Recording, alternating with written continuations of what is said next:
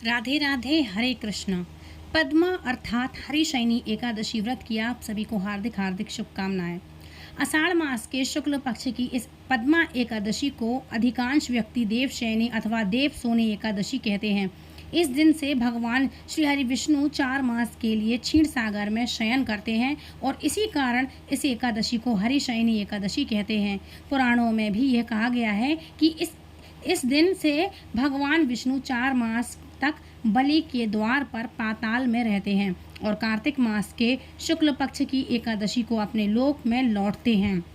इन 4 महीनों में भगवान विष्णु के क्षीर सागर में शयन अथवा पाताल में निवास करने के कारण ही विवाह आदि कोई भी शुभ कार्य नहीं होते।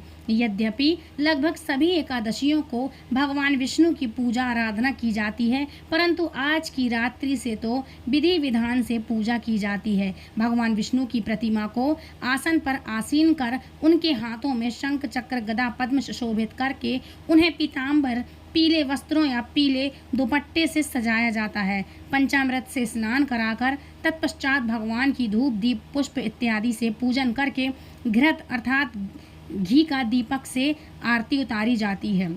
भगवान को तांबुल मतलब पान और पुंगी फल अर्थात सुपारी अर्पित करने के बाद कुछ मंत्र हैं जिनको मंत्रों को दोहराने के बाद भगवान की स्तुति की जाती है। मंत्र है सुप्ते त्वयि जगन्नाथ जम सुप्तवम भवने भवेदिनानम विबुद्धे त्वयि वुहुचः जगत तत्व सर्व चराचरम। इस तरह से इस मंत्र का जाप करके इनकी स्तुति की जाती है।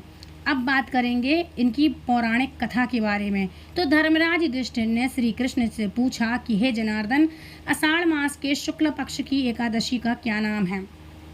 इस व्रत के करने की विधि क्या है और किस देवता का पूजन किया जाता है? तब भगवान श्री कृष्ण कहने लगे, हे युधिष्ठिर, एक समय नारद जी ने ब्रह्मा जी से यही प्रश्न किया था। तब ब्रह्मा जी ने उत्तर दिया कि हे नारद, तुमने कलियुगी जीवों के उद्धार हेतु अति उत्तम प्रश्न किया है, क्योंकि एकादशी व्रत सब व्रतों में श्रेष्ठ है। इस व्रत से समस्त पाप नष्ट हो जाते हैं और जो व्यक्ति इस व्रत को नहीं करते वे नरकगामी होते हैं। सभी एकादशियों के व्रत श्रेष्ठ हैं और उनके करने से भगवान विष्णु प्रसन्न होते हैं, परंतु उन सब में भी आषाढ़ मास के शुक्ल पक्ष की यह एकादशी तो सबसे अधिक पुण्यदायी प्रदायक है। पद्मा नामक इस एकादशी से संबंधित पुराणों में वर्णित एक कथा मैं तुमसे कहता हूँ। हे नारद, तुम ध्यानपूर्वक इस कथा को सुनो। सतयुग में मानधाता नाम का एक सूर्यवंशी राजा राज्य करता था, जो सत्यवादी और महान प्रतापी था। वह प्रजा का पुत्र की तरह पालन किया करता था। उसकी प्रजा धन धान्य से परिपूर्ण थी और सुखी थी। उसके राज्य में कभी अकाल नहीं पड़ता था। एक समय उस राजा के राज्य में 3 वर्ष तक वर्षा नहीं हुई और अकाल पड़ गया। प्रजा अन्न की कमी के कारण अत्यंत कष्ट पाने लगी और अन्न के अभाव के कारण यज्ञ आदि भी बंद हो गए। एक दिन प्रजा राजा के पास जाकर कहने लगी, हे राजन, समस्त विश्व की सृष्टि का कारण वर्षा है। वर्षा के अभाव के अकाल पड़ जाने के कारण अभाव से अकाल पड़ गया है। वर्षा के अभाव से अकाल पड़ गया है और अकाल से प्रजा मर रही है। इसलिए कोई ऐसा उपाय कीजिए जिससे प्रजा का कष्ट दूर हो। हे राजा मानधाता ने कहा, आप लोग ठीक कह रहे हैं। वर्षा से ही अन्न उत्पन्न होता है और आप लोग वर्षा न होने से अत्यंत दुखी हैं। मैं आप लोगों के दुखों को समझता हूँ। ऐसा कहकर राजा कुछ सेना साथ लेकर वनों की तरफ चल दिया। वह अनेक ऋषियों के आश्रम में भ्रमण करता हुआ अंत में ब्रह्मा जी के पुत्र अंगिरा ऋषि के आश्रम में पहुंचा।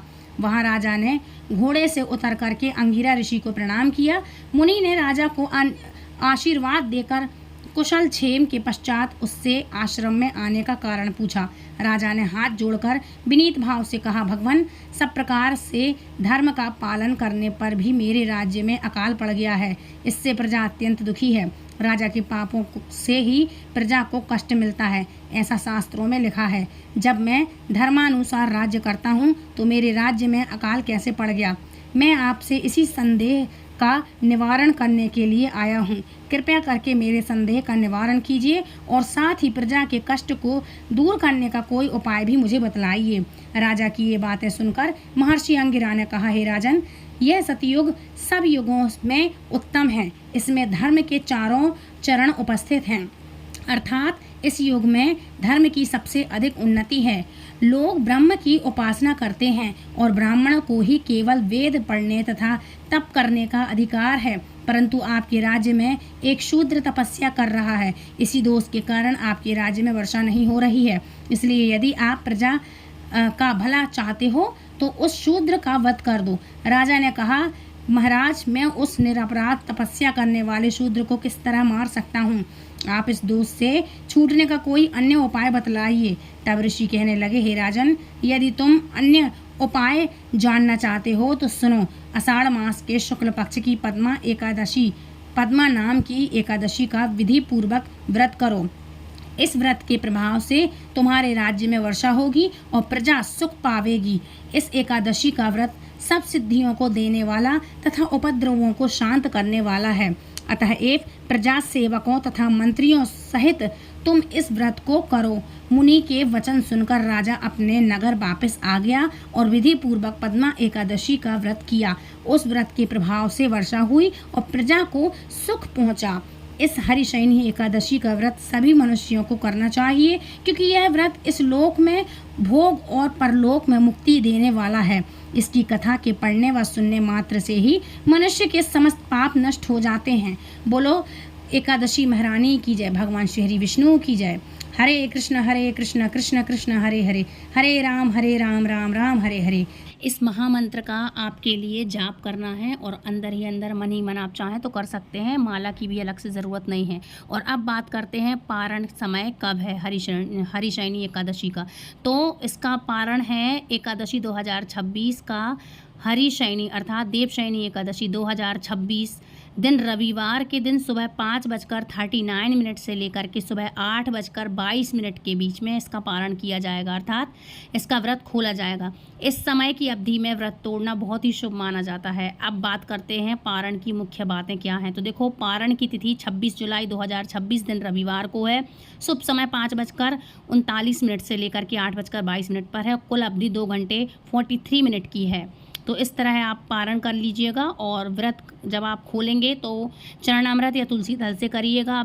पहले व्रत खोलिएगा और भोजन करेंगे जब आप तो सात्विक भोजन से शुरुआत कीजिएगा। भगवान को भोग लगाने के बाद उसी के बाद प्रसाद रूप में आप फिर अपना पारण कर सकते हैं, अर्थात जब आप खाना खाएंगे तो उस समय फिर वो प्रसाद रूप में भी आप फिर ग्रहण करें। तो ये थी आज की वीडियो। आई होप वीडियो पसंद आई होगी। आपको वीडियो पसंद आए तो प्लीज़ वीडियो को लाइक शेयर कमेंट करें, चैनल सब्सक्राइब करें। चैनल पर नए आए हो तो चैनल को सब्सक्राइब करके बेल आइकन को ऑल पे प्रेस करना, ताकि हर एक वीडियो की नोटिफिकेशन सबसे पहले आप तक पहुँचे। तो मिलती हूँ नेक्स्ट वीडियो में। राधे राधे, हरे कृष्ण।